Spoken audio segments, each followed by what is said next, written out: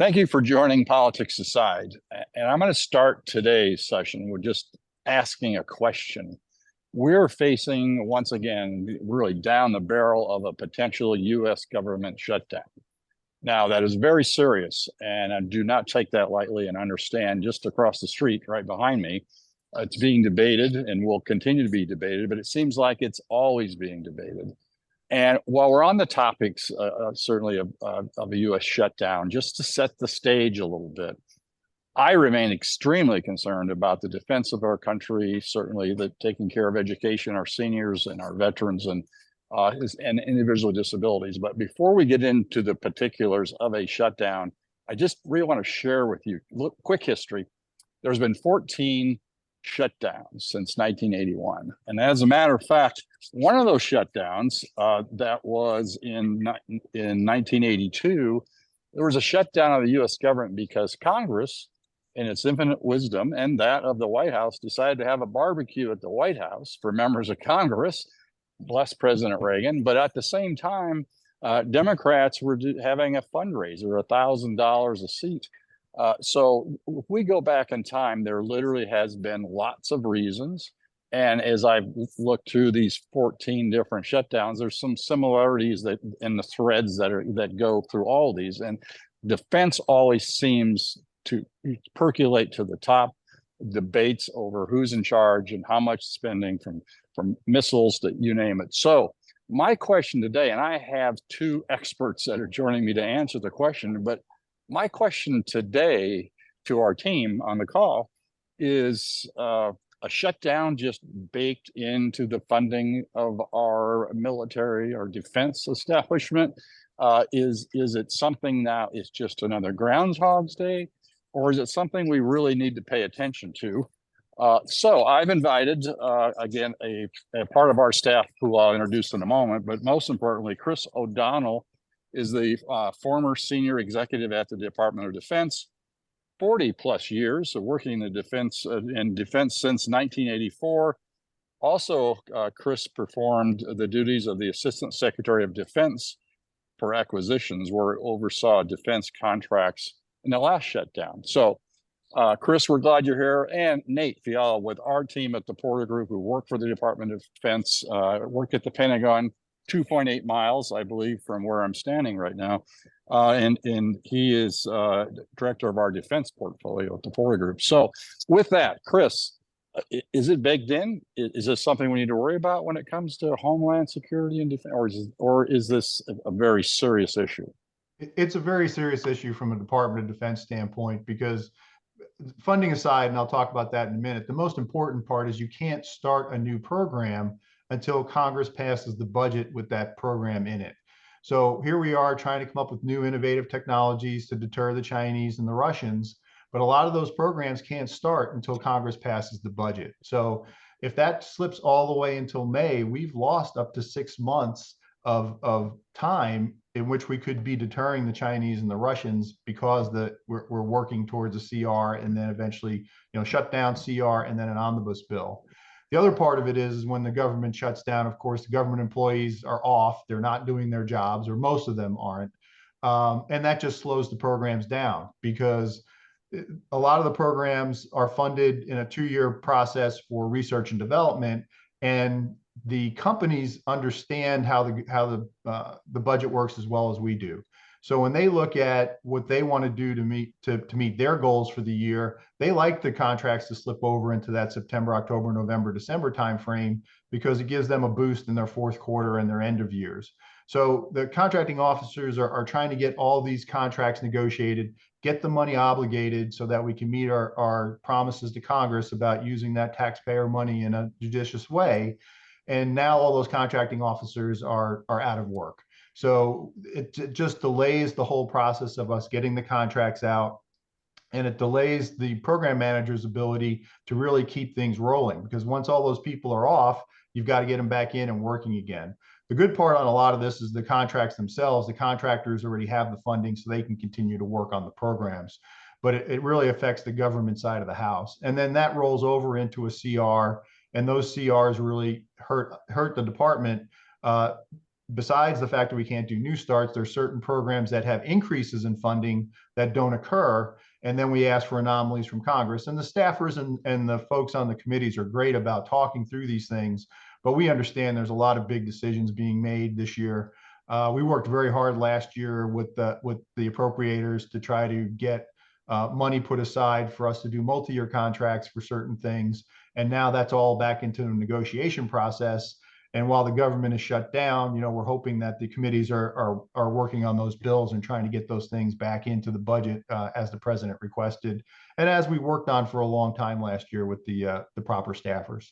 Well, Chris, what does this mean to the world that's watching, our adversaries? What is going through their mind today or any day that we're debating a shutdown? So it brings into question, just how serious, we are about defending the country, where we're not moving these things forward to be able to do the deterrence things that we need to do. So as I've retired, I don't have access to as much information as I used to. But before I retired, Mr. Kendall, as the Secretary of the Air Force, when he was AT&L, went over to Congress and provided some briefings about the Russians and the Chinese capabilities. And this was about 10 years ago. And this was back when we still thought, hey, the Russians, the 80s called, they want their history back. Our opponents are taking this seriously, especially the Chinese. And they have a 5-year planning cycle. They don't stop. They continue to crank out new capabilities that are on par with some of our capabilities. And by delaying and having shut down the government, we delay our ability to do those types of things. So I think it hurts our deterrence against the Chinese and the Russians. And those, to me, are the biggest things to worry about right now. Well, it just seems since there's been 14, it's become normal or normalized. And it sounds like the Department of Defense, with your leadership and others, have been building in programs to help prevent any loss of homeland security or national security. But moving into, I guess, a history. So 34 some days of a shutdown back in 2018. What was that like? Those 34 days? So it's difficult from the standpoint that, there are people who are considered essential employees are still working in the Pentagon. But, most of the Pentagon's empty. It's almost sort of kind of like it was when we were going through the first days of COVID. It's kind of spooky. It's easy to get to work that day because the roads are a lot less crowded than they normally are. But it does. And at that point, we were engaged in the ending of things going on in other nations to defend our country. And it just takes away from the department's ability to do day-to-day operations. So you have your friend and, of course, my friend, Nate. Fiala, and for those that are listening, poor Nate, he has 2 bosses now on the call with him. So Nate, give us your firsthand experience when you were at the Department of Defense dealing with these shutdowns. Yeah, of course, sir. Thanks. And the first thing that I want to mention is it's great to see you again, Mr. O'Donnell. I just want to highlight that I still have the 18 polo that you provided me. So on Fridays when we did casual days, I wore that 18 polo, and during the shutdown, that was our uniform. So bottom line is the Department of Defense hates shutdowns for the various reasons that Mr. O'Donnell already highlighted. But it essentially, it hurts military programs, it hurts the DoD workforce, it hurts the defense industrial base, and it hurts our ability to pretty much project power in the defense of the nation. So some of the things that I also want to highlight is that some of the big contractors like Lockheed Martin, Boeing, Raytheon, when they're negotiating their contract, they can kind of bake in the cost of a shutdown into those contracts when they're negotiating. Who the shutdown really hurts are small businesses and other non-traditional contractors, like the Ability One program. That's a good example. So for those that are watching that aren't aware of the Ability One program, that's a government program that was established in the 1930s to provide jobs through the government contracting process for individuals and veterans with disabilities. And they are considered a non-traditional contractor, much like small businesses. So when and small businesses, the Ability One program, non-traditional contractors, they do provide essential needs, either goods or services to the Department of Defense. And they're not the big ones. They're not Lockheed Martin. They're not Boeing. They're not Raytheon. They're not doing multi-billion-dollar projects and platform systems. They're further down the supply chain, but they're still essential to the entire supply chain, and they actually make up the vast majority of the defense industrial base. So, as Mr. O'Donnell was previously mentioning, they can't get on new contract. There's no contract renewals. There's no extensions. There's problems with stop and go funding, so incremental funding issues. And this can kill a small business. So small businesses are already operating on very small margins. There's a huge upfront cost to get your foot in the door with the Department of Defense. There's a lot of regulation to contract with the Department of Defense. And that could take years that the small business is having to foot the bill for, because they haven't gotten a contract yet. And then they're almost about to get their contract, and we have a shutdown. That means that there's no money that's coming in to fill their coffers, to pay their employees, to pay their subcontractors that are providing goods and services to them. So, I mean, it really does just kill the small business industrial base. And for companies that are on the Ability One program, the individuals that are working in those contracts, who are individuals and veterans with disabilities, I mean, them going out of work is literally life-threatening in many cases, because due to SSDI regulations, Social Security Disability Insurance regulations, they're not actually allowed to have a savings account over $10,000. So they don't have a savings account that they can then go live off of for a month or longer. They essentially are waiting for government assistance, which may or may not come in time. So So it's bad for the department, it's bad for the workforce, it's bad for the defense industrial base. So, Kurzweil, I guess with your leadership role, Department of Defense, I know that you work closely with the Ability One program and individuals, and as Nate has mentioned, the serious impact. But one of the priorities for the Department of Defense has been for some time was to provide a 1% goal. Is then you can share your thoughts on the importance of the Ability One program and the nonprofits, but more importantly, the importance of that individual that needs help the most? So as I was talking to Nate before the show started, I mean, everybody in the government's got a Skillcraft pen someplace that was made by those industries. And when you look back at the history of that program, it helped in first and second Desert Storm. It helped us get through things when we were doing the COVID response. So it provides a somewhat of a surge capability for the department to be able to go to these vendors and have them do things that the government needs in a slightly shortened contractual way than we normally have to do things. So plus the fact that anything that we can do to help our disabled veterans is always a great thing for the Department of Defense to be doing, because that's who we work for every day, is for those warfighters. So it's good to see the fact that those warfighters are, being able to come back and support the department. And I know they're very, very committed to helping their buddies who are still here. Nate, can you share a little bit, again, from your experience, the importance of a 1% goal to the Department of Defense and implementing the programs? Yeah. So, and I can go a little bit into that. So when I was working for Mr. O'Donnell in the Department of Defense, there was a FY17 NDA requirement for the 898 panel report. And essentially that was Congress saying, hey, DOD, you look into the Ability One program and tell us what you think, provide us some recommendations on what we can do or should do to modernize the program. And, the department took it seriously and worked on it for about 4 or 5 years. And back and forth with various different other agencies and departments in the federal government. And the Ability One representatives were it was a really in-depth analysis. And originally what the department determined was that, as Mr. O'Donnell mentioned, there's surge capacity with the Ability One workforce. which is essential in times of conflict and in times of crisis. So in times of crisis, you could think of COVID. During COVID, the ability, while we were seeing the larger defense industrial base workforce was shrinking, one, because they couldn't go to work or weren't going to work, or because they were just leaving the workforce. So we were seeing the larger defense industrial base workforce shrinking. The Ability One workforce was actually increasing.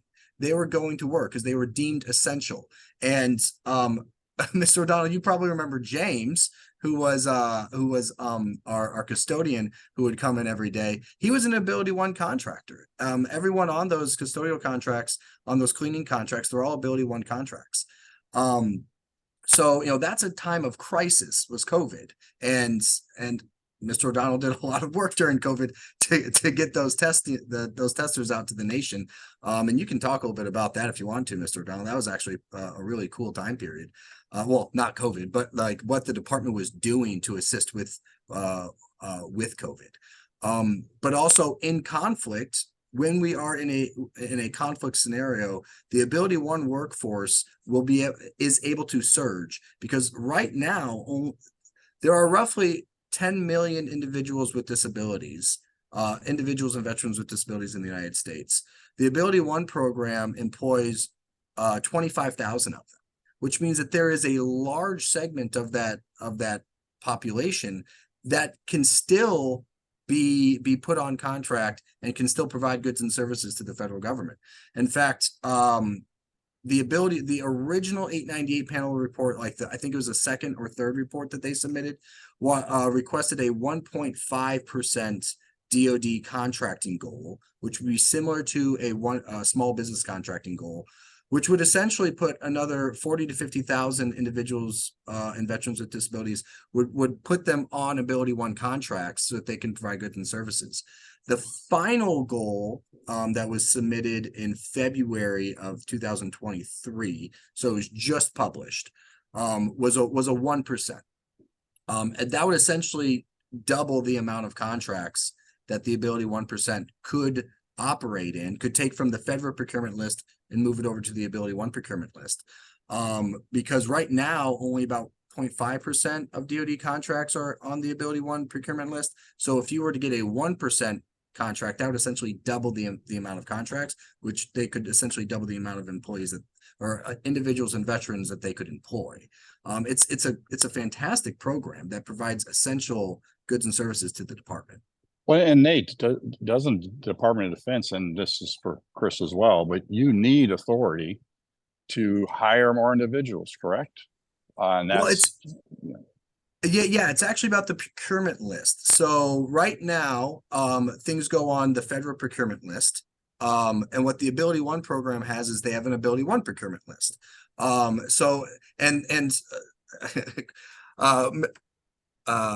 John Tenaglia, Mr. Tenaglia, who was the chair of the 898 panel, highlighted on page 9, if anyone wants to go look it up, page 9 of the 898 panel final report, about, in order to move, as of right now, contracting officers have done they have brought over as many contracts as they possibly can to the Ability One program procurement list. In order to expand that procurement list, which the department wants to do because of the surge capacity and because of the workforce, in order to do that, the department would need some sort of congressional signal, because right now all of those contracts are on the federal procurement list, which means that they're open and compete clause for federal contracting. So in theory, these contracts, these nonprofit Ability One agencies or nonprofit Ability One companies would need to compete against the Lockheed Martins, the Boeings, the Raytheons of the world for these contracts. And that's not what the Ability One program is meant to do. That's not what it's there for. So the department is essentially asked in their fourth and final report for the authority, for a congressional demand signal to say, hey, we can actually move some contracts from the federal procurement list over to the Ability One procurement list, and it won't violate the DFARS, which is the Defense Federal Acquisition Regulations, which is all defense contracts are regulated by these DFARS. And those are all the DFARS are based off of statutory language that Congress has passed into law. So the department can't add more contracts to the Ability One list unless there is some sort of congressional signal, like a goal, a contracting goal, which is similar to what small businesses have. They have the 23% contracting goal. Ability One is just looking for a 1% contracting goal. Nate, I appreciate your summary of that, and I know that both of you have taken a lead role in this, working with the Department of Defense for so many years. And I think sometimes the individuals that are served by Ability One and on the front line, really by community-based nonprofits, are forgotten in this discussion. And that's why we wanted to talk about it a little bit today, personally, and just appreciate all that you're doing. I'd like to, before we conclude, a couple other things. What does the future of warfare look like? I am not a history of battle, but I do note that a lot of our engagement in the past 15, 20 years has been pretty well ground-based. We had air superiority in the Middle East. What should we expect into the future with new technology? I think what we're seeing in the Ukraine has given us a little bit of a glimpse into what the next war will look like. Unfortunately, it's also showed us what war looked like in World War I, because of the fact that the Ukrainians don't have everything that they could use that we would use in a full and open war. So I think we see a little bit of that, where we see a lot of small unmanned systems that are being used at the tactical level to great advantage.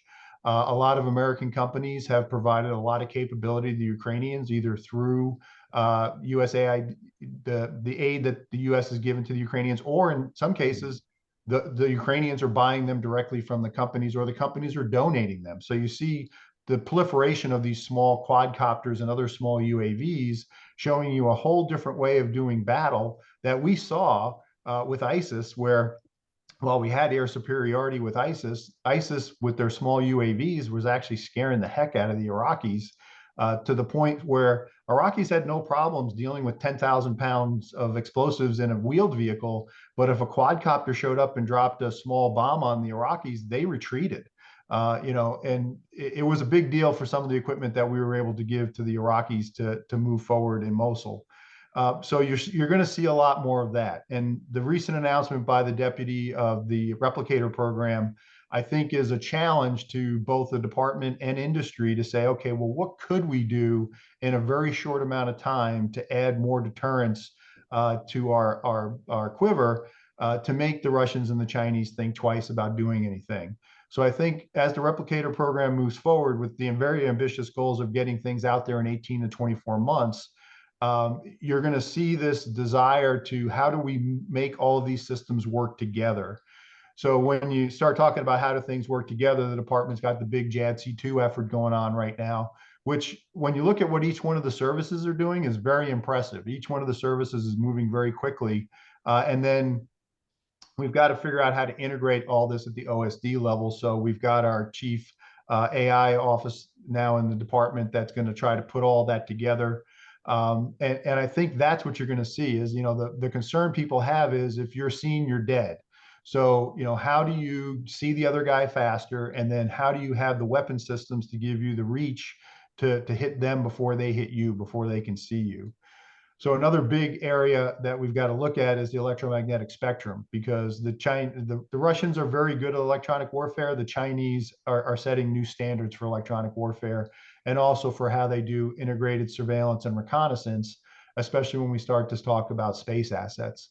So technology is going to play a very heavy role in what we do. Look what we've done with some of the Musk stuff in the Ukraine, and using Starlink to provide most of their command and communications.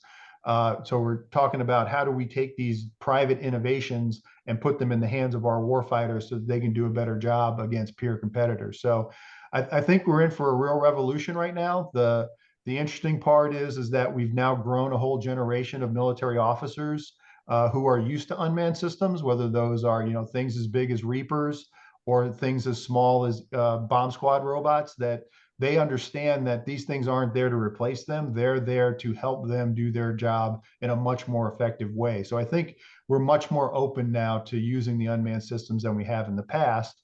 And then the next question is, how do you combine all those things for effects on target? And the Army, the Air Force, and the Navy and the Marines are all developing capabilities to have longer effects in the Pacific region. And then the question is, well, if a Air Force plane sees a target, does the Air Force shoot at it, or do you pass that information over to the Army and then have the Army shoot? So how that all goes together is some grand experiments going on in Indo-PACOM right now. And I think that's what you're really going to see for the next generation of warfare, is find them fast, hit them fast.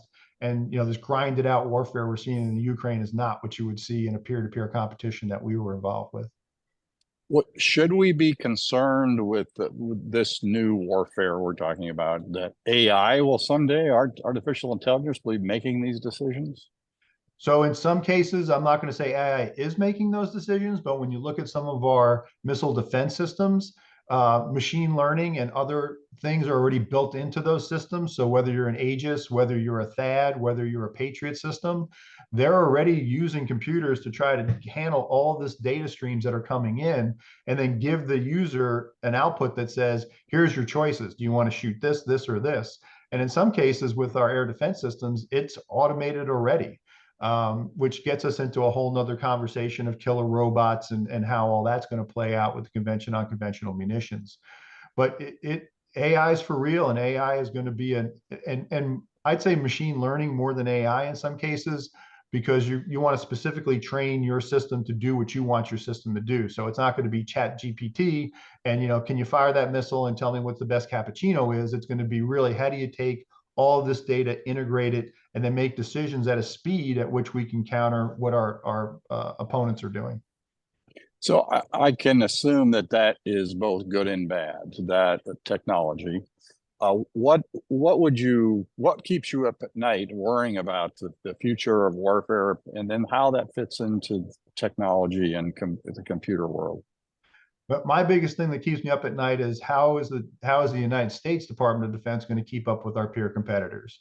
The process that we have, the way that we do budgeting, the way that we do requirements, the way that we do acquisition it might not be fast enough to deal with a peer-to-peer competition in the next 10 years. If we have a peer-to-peer competition in the next 10 years, it's going to be very ugly. It's going to be very quick, and hopefully everybody will stand back and we won't be shooting nuclear weapons at each other. And we will both decide, hey, this is not a great way to fight, because it's going to be billions of dollars and thousands of lives lost in a very, very short amount of time if we get into a real peer-to-peer competition. So that's when you say, I'm sorry, because when you say peer-to-peer competition, would that also fit into the nuclear arms race today? Is that's peer-to-peer an example of how there's an understanding that we're not going to go that far?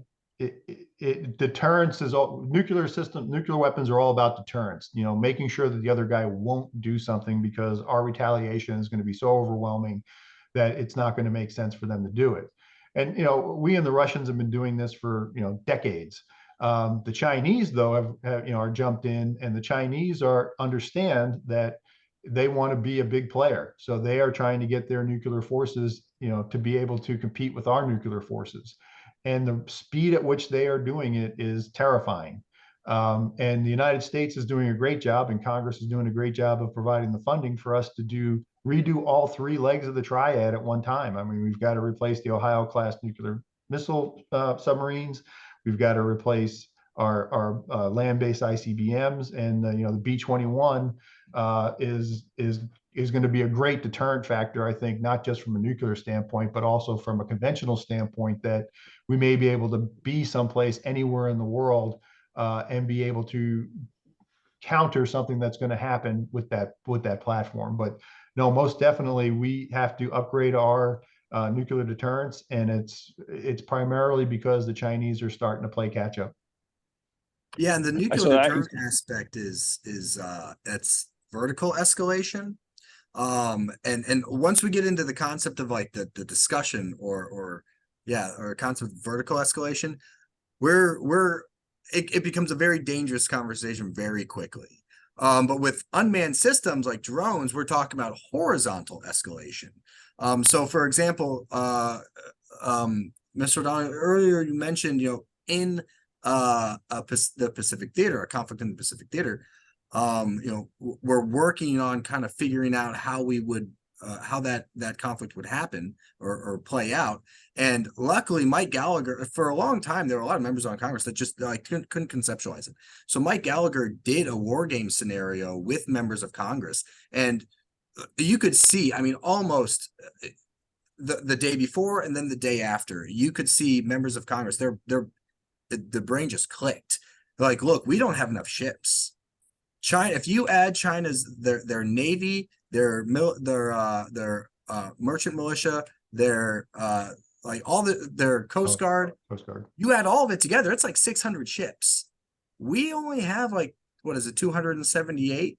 Well, We're legally supposed to have 300 and something, but we don't have, and also in rotation, only a third of those are rotating around the globe at once. They're rotating between the various different oceanic sectors. So we don't actually have we don't have a sizable enough fleet right now to compete with China, which is why those unmanned systems are essential, because we can produce them a lot faster and a lot less expensive than we can produce a destroyer or a carrier. Well, as somebody who was a weapons engineer earlier in life, ships are called targets. So, what we really need to talk about is, do we have the magazine depth in our missile programs, especially our long-range missile programs, to deter? And again, I always go back to deterrence, and I didn't really get this until I got to the building 10 years ago. We never want to get in a fight with somebody. I mean, what we saw happen in Afghanistan and Iraq are peanuts compared to what would happen if we went into a peer-to-peer competition. So we never want to get to the point where our adversaries think that they can do something and we won't be able to reply. And one of the things we really have to work on is our magazine depth for our long-range weapons. So you can talk a lot about building another, $12, $13 billion aircraft carrier, which the Chinese see as a target. Or do we really need to increase the depth of our industrial base to build long-range missiles and be able to deter that way? Oh, exactly. So on that topic of munitions, I try to capture the reality from the debate, especially across the street here. How are we with our stockpile? I hear different segments on the Hill saying we're running low because of what's happening in Ukraine. How are we with our munitions today? So the Ukraine fight has been a big wake-up call to senior leaders in the building and to people on the Hill, because it's like, well, just give the Ukrainians another 2 million 155 shells. Just crank up the factories. Well, we haven't cranked up those factories in 30 years. There is no crank up in those factories. We've funded munitions in a very uneven way. We'll buy 10,000 one year, then we'll buy 1,000 the next year, then we'll buy 5,000 the next year. So industry gets these very uneven demand signals. And then, as Nate was talking before, our defense industrial base isn't Lockheed and Raytheon and BAE. It's the second and third order people below them. So when everybody wanted more Javelin missiles, well, the problem with the Javelin missiles were nobody was making the parts necessary to put the fuses and the warheads back together again. So you had to go back and reinvigorate this industrial base that, quite frankly, not the military industrial base, but just the whole U.S. manufacturing industrial base has fallen so far that it's very difficult for us to say simple things like forging, large forgings. If you want to make a 155 howitzer, you have to forge and build these large metal pieces, where we don't even do that a lot in the United States anymore. The 155 shells, perfect example. There's only one factory in the United States that can forge the shells for 155s. So we need to, if we're serious about these things, we need to fund them in a much more sustained manner across the years. And that was the big conversation last year with the appropriators, was let's fund munitions in a way that's sustained over a 5-year period. And let's give that demand signal, not just to Lockheed, Northrop Grumman, and Raytheon, but to all those sub vendors that say, hey, I'm going to stop making this little chip that goes in these weapons because the only people who are buying them are the Department of Defense. So I'm just going to stop.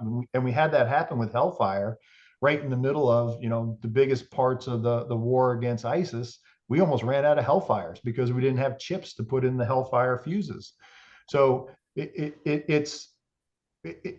we had a peace dividend for the last 20 years that while we were distracted with Iraq and Afghanistan, we basically let the defense industrial base atrophy to build these weapons in a large capacity. If you listen to Dr. LaPlante, he talks about this all the time, that it's nice that we're developing new weapons, but until you build them at scale and they're producible and sustainable, it doesn't matter.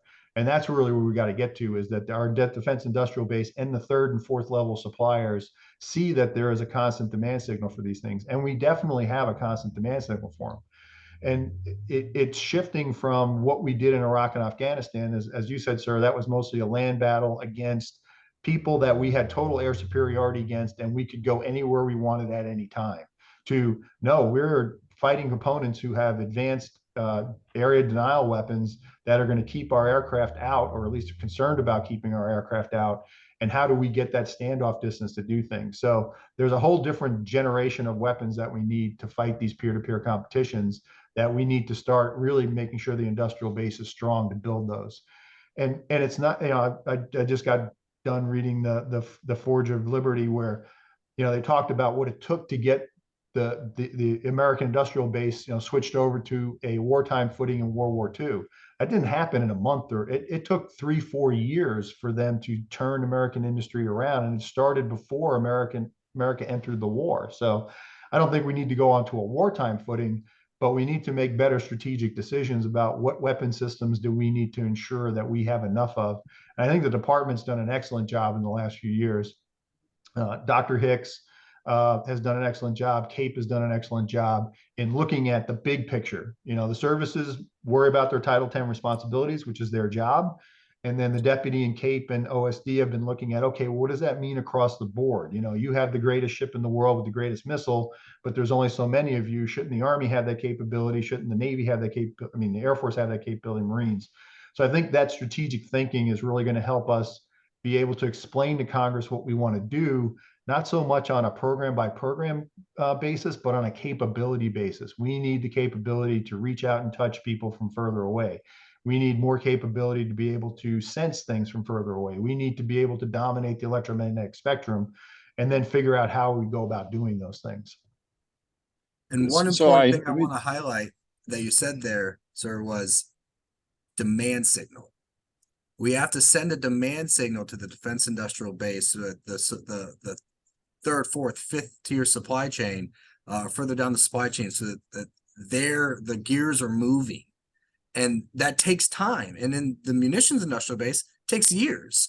Because you also have to, have a workforce, train a workforce. As you said, that the vast majority of the workforce in the munitions industrial base, defense industrial base writ large, atrophied because of the peace dividend. But really, we just focused on a different type of warfare. We got away from focusing our attention on near peer conflict, and now that's really hitting us in the face, because China's been focusing on near peer conflict ever since we first invaded Iraq in the 90s. And they've been preparing. And you mentioned the ability to project further and further capabilities. The Chinese have the Dongfeng 26 intercontinental ballistic missile. I mean, the carrier killer, if you will. I mean, that's the type of things that we have. That's 2,000 nautical miles out from their shore. That's further into the Filipinos Sea. I mean, that's the type of distance that we're talking about. We're not talking about a couple miles. We're talking about 2,000 miles. But the workforce, the industrial base that it takes to build these capabilities, they need to have a demand signal, and that demand signal comes from Congress, because it's what they put into law and what they fund. That's what the department can do. And without that, the demand signal's gone, which is why the shutdown terrifies me. Well, you both have summarized the current situation pretty well, and I know it's literally it could be different in an hour when Yeah. we talk again. But I think some of the foundation will remain the same for a while. We're going to need to conclude in a moment because again, we appreciate your time, Chris. Another thing that I'm asked periodically is how can a small business play a bigger role in being a part of our national defense? To some, it seems like the larger corporations have ownership of all segments. So how does a small business get more engaged? And more importantly, I guess to answer a question earlier, individuals with disabilities, what more should they be doing in organizations such as Ability One program or nonprofits to have a bigger employment base in the Department of Defense? So there's a big push inside the administration right now to lean more on small business, to lean more on innovative businesses, and to try to change change the trajectory of how the department works. I will say, working with some of the bigs, I mean, they're just as committed to doing those types of things, and they're looking for those small businesses that have those innovative ideas to help them out. But I do know the small business office at OSD, both in the A&S side of the house where we do the small business, and over on the R&E side where they do the small business innovative research program, are being very active right now and trying to explain to small businesses what their expectations should be when they come to the department. You have the better mousetrap, and they just don't understand why. Well, just buy a million better mousetraps and everything will be fine. And we're trying to educate people to understand that, hey, if you have the better mousetrap, we might buy a couple of them, but then we're going to test them. Then we're going to give them the warfighters to see if the warfighters actually want to use them. And then my career growing up in the Navy and then coming to OSD, it's fascinating to watch the services each decide that they like the mousetrap, but they're going to buy them from different people. So it is, as Nate said before, it's a very frustrating, business to get into working with the government. I'm now a small contractor. I've been filling out paperwork for 3 months now to work with one of the bigs. And I look at every one of them and go, yeah, that was my fault. I signed the piece of paper saying that we had to do that. That piece of regulation, my bad. I'm sorry about that. So part of it is, hey, stick with us. A lot of small businesses that started out are now big businesses that are making a lot of money. One of the companies, Skydio, that I worked with for small drones, went from making a handful of drones to, hey, they made drones that were not Chinese drones, and all of a sudden there was a lot of interest in not buying Chinese drones anymore. So that company is doing very, very well right now. So it's like anything else in this country. You got to be persistent. Edison said, it's 95% perspiration, 5% inspiration. So, and don't be afraid to ask questions. There are offices, small business offices in the department that will try to help you be more successful. But you got to get out there and talk to the warfighter and talk to the users and find out who really wants your product, or working through the mentoring programs that the larger companies have, where they'll partner with the smaller companies to help them try to move along. But it's not easy working with the department, but there's a big payoff in the end. And I was meeting with some venture capitalists, and they were asking me a lot of questions about where the department's going. And my question for them is the end was, well, why do you want to work with the Department of Defense? It sounds like a lot of frustration for you guys. And they said one thing: cash flow. The government, if they decide to buy your product, you're going to get the money. And that makes it easier for them to get either cash flow themselves or get cash flow from another investor to be able to do things. So that's the payoff in the end for any small businesses. If the government works with you, the money's coming, unless there's a CR and a shutdown. Yeah. Well, and then there's that Groundhog's Day. We stole Nate away to hopefully make it faster within DoD now for contractors to work with the Department of Defense. So. Yeah, I'm helping small businesses work their way through, So for those that are listening to the podcast at the local level, there's the PTAC, the Procurement Technical Assistance Center, that they just go onto Google, they type in PTAC and they type in their local, their whatever the city or area that they're in or state that they're in, or they could even type in the local university that's nearest to them, because most of the PTACs are located on the university campuses. So, for example, you type in PTAC Iowa City. There is a PTAC center in Iowa City, Iowa. So, that's how you can, and you can reach out to them, and they have expertise on how small businesses can get their foot in the door for the Department of Defense. Now, it's also important for individuals to know that, you know, if you're a veteran-owned, disabled veteran-owned, minority-owned, woman-owned, Native American-owned, these are all like you need to be registered, and the PTAX will explain this to you. It's you need to be registered for this type of small business, because you can't just be a small business that wants to do work with the Department of Defense. You have to meet certain requirements, and those set-asides, disabled-owned, veteran-owned, woman-owned, minority-owned, those are requirements that the department has to meet based off the Small Business Act of 1973.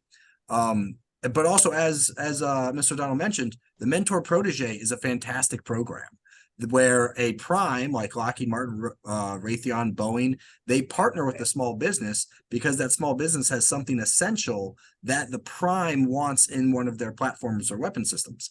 So it's, you know, the department is working on this, and as Mr. O'Donnell mentioned, in R&E, they have the Sitter program, which is $1 billion program. So the department's working on it, and Congress is funding small businesses. But Chris, what I was trying to say is we brought in Nate because we thought he was the impediment in the Department of Defense for all He did these other slow the companies. office down.